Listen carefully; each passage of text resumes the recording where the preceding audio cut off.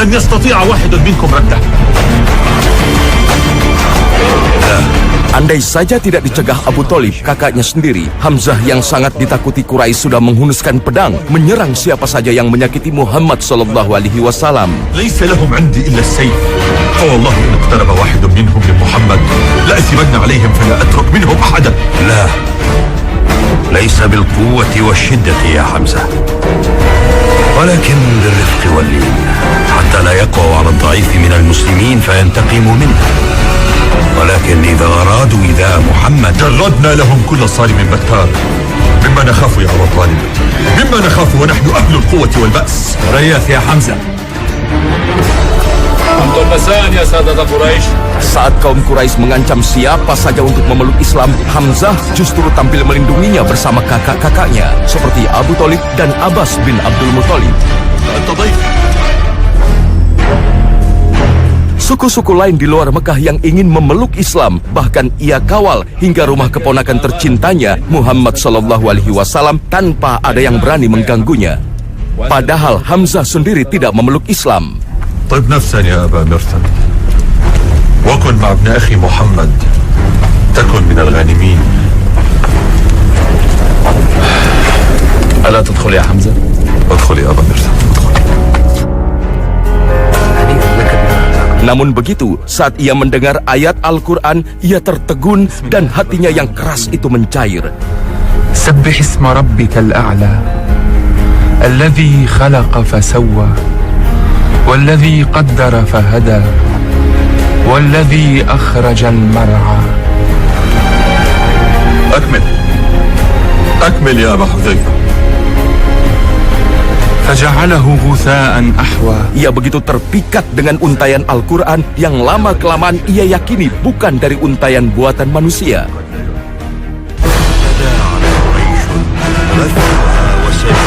Kaum Quraisy yang tidak bisa menyentuh Muhammad kemudian melampiaskan amarah mereka pada para pengikut Muhammad yang lemah, para kaum mukmin yang berasal dari budak dan kaum miskin Mekah. Hamzah bin Abdul Muthalib semakin geram. Ia tak bisa membela kaum lemah pengikut Muhammad sallallahu alaihi wasallam karena tidak memiliki hubungan kekerabatan dengan mereka. Ia baru bisa bertindak jika Muhammad sang keponakan sendiri yang disakiti. ذب عنه يا أبا طالب، فهم يخشون في محمد ولكنهم لا يخشون في أصحابه المستضعفين. ماذا كسبت من فعلتك هذا سوى استعداء بني هاشم عليك؟ هذا من الجهل يا ابن أخي.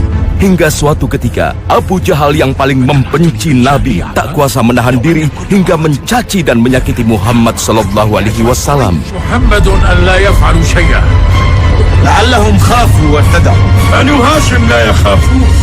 إذا أرونيها حمزة. Mendengar perlakuan Abu Jahal, Hamzah bin Abdul Muthalib yang baru tiba dari berburu begitu marah dan langsung menuju Darun Nadwah, tempat berkumpulnya kaum Quraisy. Hamzah langsung menghampiri Abu Jahal dan memukulnya bertubi-tubi dengan busurnya hingga tersungkur dan berdarah. وأنا على دينه أقول ما يقول. خذها من ابن عبد المطلب. Seluruh petinggi Quraisy terkejut dengan keberanian Hamzah. Mereka semakin terkesima ketika Hamzah dengan amarahnya tiba-tiba mengucapkan kata-kata yang mengagetkan bahwa dirinya seorang pengikut Muhammad sallallahu alaihi wasallam. إني أشهد أن لا إله إلا الله وأشهد أن محمدا رسول الله. Inilah peristiwa Islamnya paman Nabi, seorang pemburu singa, Hamzah bin Abdul Muthalib. Kabilah Abdi Syams, keluarga besar Abu Jahal, segera bertindak melindungi dan akan membalas. Namun Abu Jahal melarang karena dia telah menyakiti keponakan Hamzah. Maka Hamzah yang sehebat itu ternyata tetap memiliki sifat yang tawadhu. Dia orang besar, tetapi dia yang tawadhu. Suatu hari Hamzah ditanya oleh seseorang, siapa yang lebih besar, kamu atau Rasulullah? Orang itu sebenarnya bertanya tentang masalah usia, artinya siapa yang lebih tua usianya. Tapi Hamzah kemudian mengatakan, kata Hamzah bahwa Rasulullah lebih besar daripada saya, tapi saya dilahirkan lebih dulu daripada beliau. Apa sulitnya seorang Hamzah menjawab bahwa ya, saya lebih tua, saya lebih besar secara usia daripada Muhammad SAW. Tapi lihat adab, Hamzah mengajarkan kepada kita tentang adab kepada orang yang mulia, kepada orang yang berilmu, apalagi Rasulullah Muhammad SAW.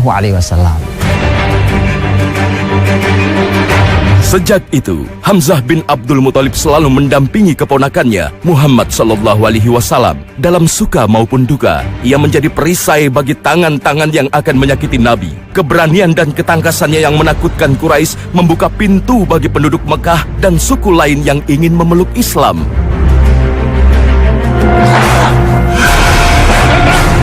Kaum Quraisy semakin keras menindak para pengikut Islam dari kaum lemah.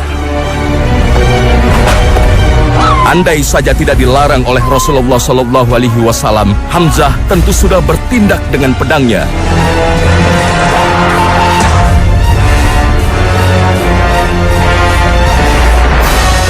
Hamzah yang tidak kuasa menahan diri dari tindakan bengis Quraisy sangat mematuhi petua keponakannya, Rasulullah SAW, yang selalu memintanya agar bersabar sekalipun harus menjalani hidup sengsara di lembah Abu Thalib saat kaum Quraisy memboikot Nabi dan keluarga besar Bani Hashim selama 3 tahun lamanya.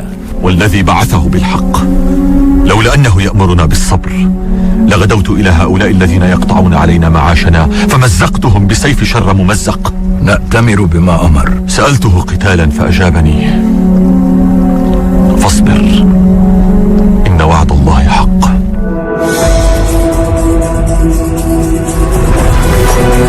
Saat Rasulullah SAW memerintahkan hijrah ke Madinah, Hamzah pun mentaatinya dengan sepenuh hati, sekalipun sebenarnya ia mampu menghadapi kaum Quraisy.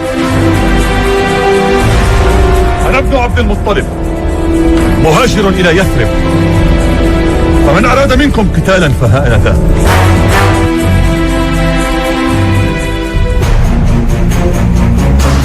Di Madinah, Hamzah bersama kaum muslimin membangun kota Madinah sebagai basis dakwah Islam. Hamzah pun ditunjuk Rasulullah SAW memimpin ekspedisi pengintaian di jalur dagang Quraisy. Pada tahun kedua Hijriah, kaum muslimin bermaksud mencegat kafilah dagang Quraisy untuk mengambil hak mereka yang dirampas Quraisy. يا معشر المسلمين إننا قد خرجنا من مكة تاركين وراءنا دورنا وأموالنا وقد أرسل العباس يقول إن أبا سفيان قد خرج من مكة على رأس قافلة عظيمة تحمل معها أموال قريش كلها. Kabar ini ketika sampai di Mekah menjadi kesempatan besar bagi Abu Jahal untuk mengobarkan api peperangan dengan umat Islam di Madinah.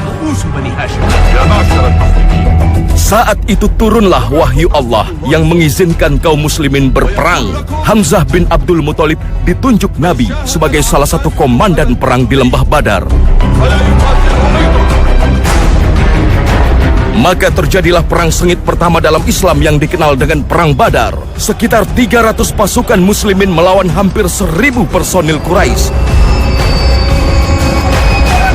Perang yang diawali dengan perang tanding ini kemudian meletus dengan sengit.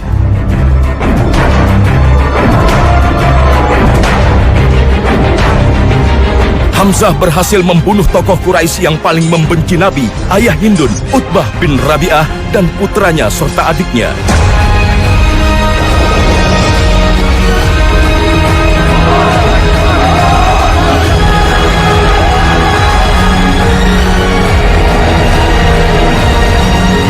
Hingga akhirnya kaum muslimin berhasil memenangkan Perang Badar secara kilang gemilang.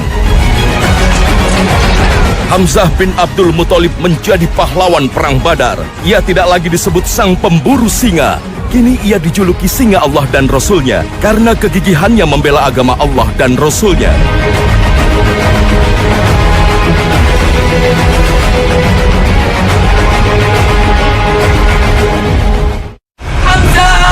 Perang Badar menorehkan kesedihan bagi kaum Quraisy di Mekah. Nama Hamzah disebut-sebut sebagai biang dari kemalangan kaum Quraisy. Aroma dendam merebak di Mekah.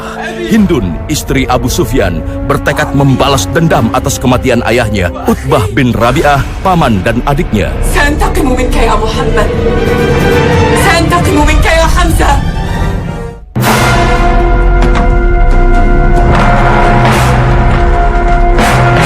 Dendam kaum Quraisy baru terlaksana setahun kemudian, tepatnya tahun 3 Hijriah.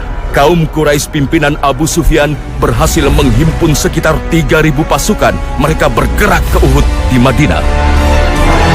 Rasulullah SAW dan Hamzah bin Abdul Muthalib menjadi sasaran utama kaum Quraisy dalam peperangan ini. إن تقبلوا نعانق ونفرش النمارق أو تدبروا نفارق فراق غير وامق ويها بني عبد الدار.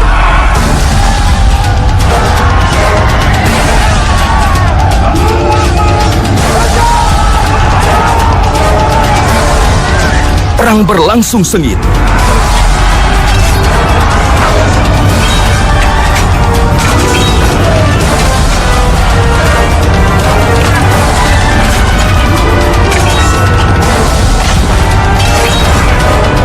Hamzah diserang oleh banyak musuh, tapi dengan gagahnya ia berhasil menumpas satu persatu musuh-musuh Islam. Tidak ada yang bisa mengalahkannya. Sejarah mencatat tidak kurang dari 30 Quraisy mati di tangannya.